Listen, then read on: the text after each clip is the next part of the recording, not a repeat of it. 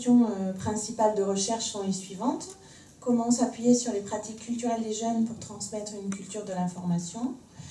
Et la mise en œuvre d'une pédagogie modifie-t-elle les représentations et les pratiques des réseaux sociaux numériques des apprenants?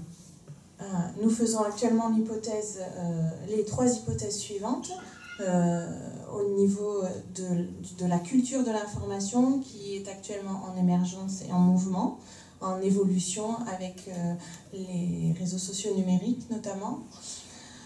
Ensuite, on pense une articulation possible entre culture scolaire et culture jeune. Et enfin, on imagine les réseaux sociaux, on se demande quel positionnement peuvent avoir les réseaux sociaux dans la sphère scolaire, donc en tant qu'objet ou outil scolaire. Au niveau des théories de référence, on a dégagé deux points. Une approche compréhensive et constructiviste, on pense à Edgar Morin et les 7 savoirs, qui proposent une approche systémique de la pensée complexe et une recontextualisation donc, des enseignements. Et cette théorie compréhensive en pédagogie va rendre les élèves acteurs. On s'approche également de Michel Serres, qui, avec la révolution informationnelle, pense un nouvel être humain, ce qui implique de repenser l'enseignement, d'où la recontextualisation de la culture de l'information. Et enfin, on citera Piaget et Vygotsky pour l'orientation constructiviste, qui donc va mettre en avant une activité inhérente à chaque personne, chaque sujet, et ce qui lui permet de penser la réalité, l'entourage, la réalité qui l'entoure. L'autre point pour les théories, c'est, j'ai appelé ça douter pour apprendre, ce qui est en rapport avec la notion de citoyenneté et d'esprit critique. Donc on pense à Edgar Morin qui pense que la construction des connaissances passe inévitablement par le doute. Et Anne Cordier qui a intitulé une communication « Ici on enseignait l'incertitude pour construire une culture de l'information ». D'où cette question d'Annette Béguin qui se demande si une pédagogie du doute constructif est possible. Donc à partir de ces problématiques de recherche et de ces hypothèses, et bien sûr en fonction de l'état de l'art effectué, on a défini 4 objets de recherche. Donc je vais essayer de faire un point essentiel sur chacun d'eux, bien sûr sans exhaustivité par rapport au temps imparti. Donc tout d'abord, la culture de l'information. Donc aux origines, on retrouve dans les années 70 la documentation scolaire qui arrive petit à petit dans l'éducation nationale, et ensuite la circulaire de mission en 1986 qui donne un cadre de travail au personnel de l'éducation, au personnel enseignant documentaliste de l'éducation nationale. Donc je passe vite. Donc ensuite on retrouve la pédagogie documentaire qui continue avec la maîtrise de l'information et l'éducation à l'information. Et à partir au début des années 2000, la notion de culture de l'information arrive, même si actuellement on est loin du consensus et le concept est encore en émergence. Donc en 1995, François Jacobiac caractérise, donc je cite, la culture de l'information comme ce qui traite de l'information documentaire composée d'informations fonctionnelles, d'informations stratégiques et de connaissances. Ensuite, l'inter-association ABCD en 1996 souligne la nécessité de former dans l'éducation nationale. Donc c'est un grand pas en avant par rapport à cette évidence.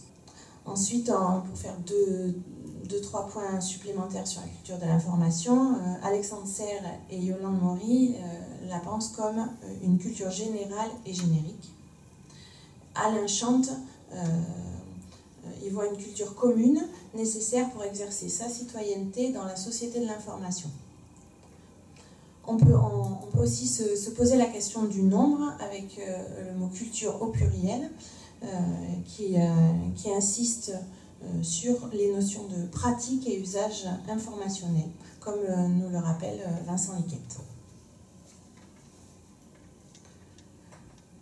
Suite à cette culture de l'information, aujourd'hui, les concepts d'information littératie et de translittératie sont en train d'émerger. L'information littératie, un concept anglo-saxon, donc, qui va plutôt souligner la maîtrise de l'information et avec une notion cognitive, comme nous le rappelle Olivier Ledeuf. Et la translittératie qui amène une notion de globalité et qui sous Thomas, nous donne la définition suivante: l'habileté à lire, écrire et interagir par le biais d'une variété de plateformes, d'outils et de moyens de communication, de l'iconographie à l'oralité, en passant par l'écriture manuscrite, l'édition, la télé, la radio, le cinéma, jusqu'aux réseaux sociaux. Donc là, on voit que la définition s'élargit et n'est plus uniquement liée à la recherche de l'information. Avec la translittératie, on voit une transversalité des apprentissages, comme nous le disent Vincent Liquette, Éric Delamotte et Divina Fromex. Le deuxième objet de recherche va être les réseaux sociaux numériques. Donc, ce sont des applications en ligne qui se fondent sur l'idéologie et la technologie du Web 2.0 et qui permettent la création et l'échange du contenu généré par les utilisateurs. Donc, je reprends la définition d'Alexandre Coutan et Thomas Stenger. On s'appuiera sur 5 caractéristiques qui sont la création de contenu par les utilisateurs, l'accessibilité, la collaboration, l'agrégation de contenu et leur valeur économique.